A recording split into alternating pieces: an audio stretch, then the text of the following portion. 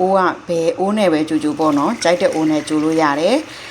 ဒီတစ်ခါဒီအိုးလေးနဲ့ကြိုမယ်ပေါ့နော်အိုးပြောင်းလိုက်တယ်ပေါ့အရင်ခါတိုင်းဆိုရင်ဒဲအိုးနဲ့ပဲကြိုတာပေါ့နော်ဘာမှမဖြစ်ဘူးပဲအိုးနဲ့ပဲကြိုကိုကကြတော့ဒဲအိုးကကြတော့လေနည်းနည်းပြန့်တော့လေ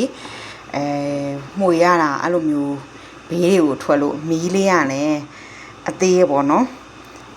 မီဒီယမ် size ဆိုရင်ရပါတယ်မီးကအရန်ကြီးသေးရင်လည်းမကောင်းဘူးဒီထက်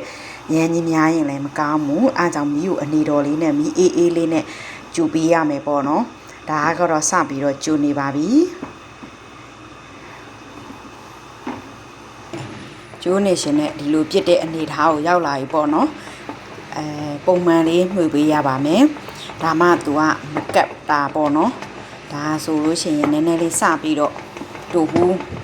ပြစ်လာပြီပေါ့နော်အဲ့လိုမျိုးလေးမှွေပေးပါတကယ်လို့ပေါ့နော်တူဘူးကချလို့ရတဲ့အနေထားလားမဟုတ်ဘူးလားဟုတ်တလားလို့သိချင်တယ်ဆိုရင်ဒီလိုလေးနည်းနည်းလေးယူပြီးတော့မှဒါကတော့ဟိုစမ်းတက်တဲ့နေပေါ့နော်ဒီလိုရေထဲကိုထည့်ကြည့်လိုက်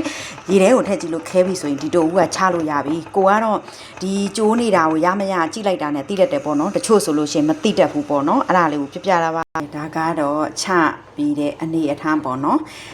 တကယ်လို့ဒီဘူးမှာပေါ့နော်ဒါကကိုကတော့ရေခဲတက်တာတွေကိုဒါတွေအကုန်လုံးချက်ပြီးအေးပြီဆိုသိမ်းမှာပေါ့နော်နောက်နေ့တုပ်စားမှာဖြစ်တဲ့အတွက်ကြောင့်မို့လို့အဲ့လိုတန်းပြီးတော့လောင်းလိုက်တာပေါ့နော်ဘာမှတော့မဖြစ်ဘူးပေါ့နော်